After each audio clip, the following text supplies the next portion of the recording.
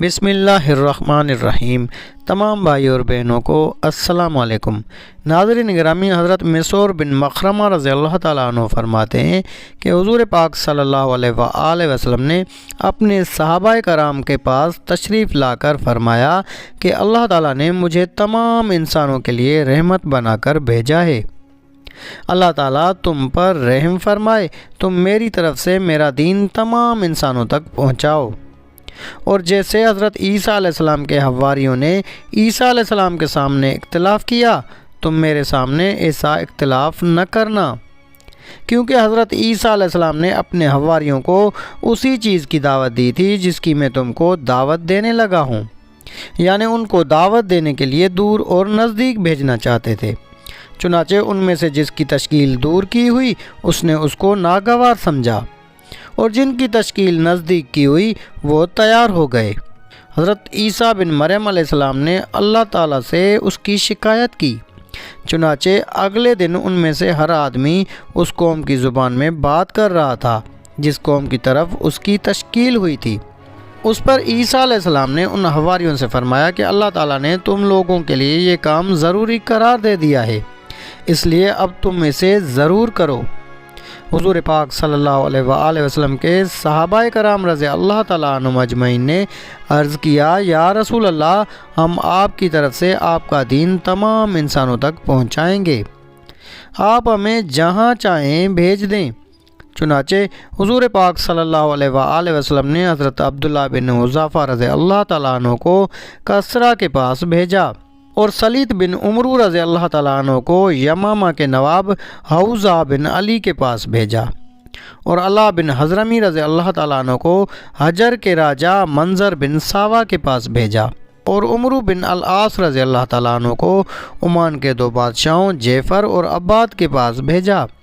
جو جلندہ کے بیٹے تھے، اور دہیا کلبی رضی اللہ تعالیٰ عنہ کو کیسر کے پاس بھیجا، اور شجاع بن وہب اسدی رضی اللہ تعالیٰ عنہ کو منظر بن حارث بن ابی شمر غوثانی کے پاس بھیجا، اور عمرو بن امیہ زمری رضی اللہ تعالیٰ عنہ کو نجاشی کے پاس بھیجا۔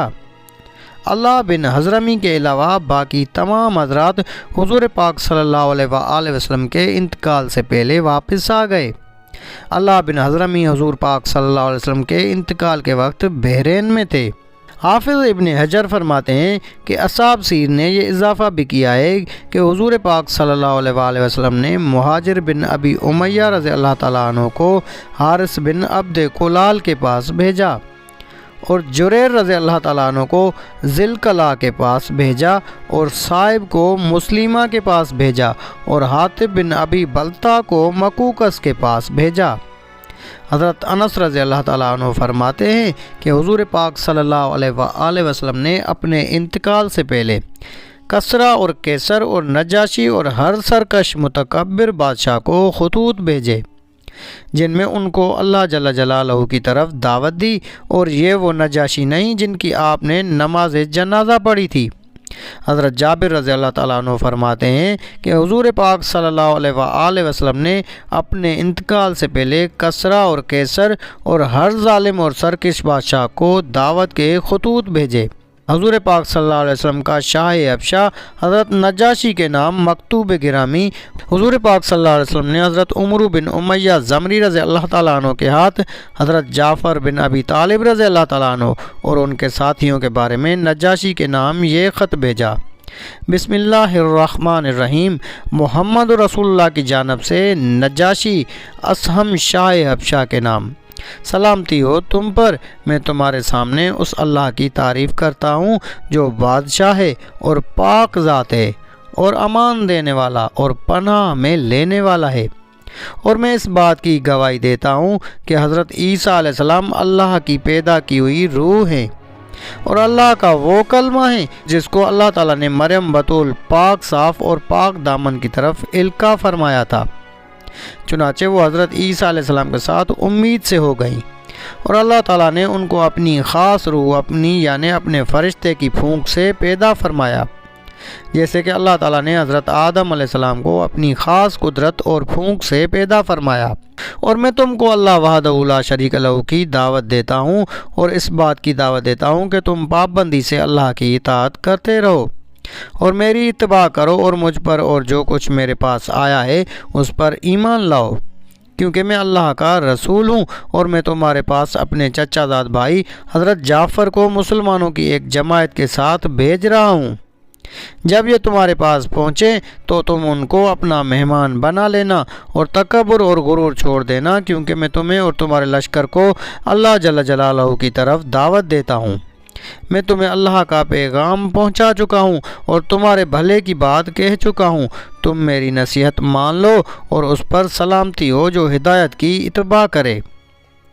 نجاشی نے حضور پاک صلی اللہ علیہ وآلہ وسلم کو جواب میں یہ خط لکھا: بسم اللہ الرحمن الرحیم، بخدمت حضرت محمد رسول اللہ صلی اللہ علیہ وآلہ وسلم، نجاشی اسہم بن ابجر کی طرف سے، اے اللہ کے نبی، اللہ کی طرف سے آپ پر سلامتی ہو اور رحمت ہو اور برکتیں ہوں۔ اس ذات کے علاوہ کوئی معبود نہیں جس نے مجھے اسلام کی ہدایت عطا فرمائی۔ یا رسول اللہ، آپ کا گرامی نامہ مجھے ملا، اس میں آپ نے حضرت عیسیٰ علیہ السلام کی کچھ صفات کا تذکرہ فرمایا ہے۔ آسمان اور زمین کے رب کی قسم، آپ نے حضرت عیسیٰ علیہ السلام کے بارے میں جو کچھ ذکر فرمایا ہے، عیسیٰ علیہ السلام کا مرتبہ اس سے ذرا بھر بھی زیادہ نہیں ہے۔ جو پیغام آپ نے ہمارے پاس بھیجا ہے ہم نے اسے اچھی طرح سمجھ لیا ہے۔ ہم نے آپ کے چچا زاد بھائی اور ان کے ساتھیوں کی اچھی طرح میزبانی کی ہے، اور میں اس بات کی گواہی دیتا ہوں کہ آپ اللہ کے سچے رسول ہیں اور آپ کی تصدیق کی گئی ہے۔ میں آپ سے بیعت کرتا ہوں اور میں آپ کے چچا زاد بھائی سے بیعت ہو چکا ہوں اور میں ان کے ہاتھوں مسلمان ہو چکا ہوں اور اللہ رب العالمین کا فرما بردار بن چکا ہوں۔ اے اللہ کے نبی، میں آپ کے پاس اپنے بیٹے اریہ بن اسہم بن ابجر کو بھیج رہا ہوں،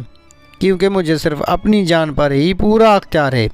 یا رسول اللہ صلی اللہ علیہ وآلہ وسلم، اگر آپ فرما دیں تو میں آپ کی خدمت میں خود حاضر ہونے کو بھی تیار ہوں،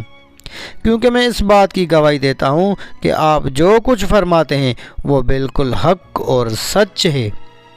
تو ناظرین گرامی، یہ تھی ہماری آج کی ویڈیو۔ اگر آپ کو ویڈیو اچھی لگی تو ویڈیو کو لائک کر کے اپنے دوست و احباب سے زیادہ شیئر کریں۔ جزاک اللہ۔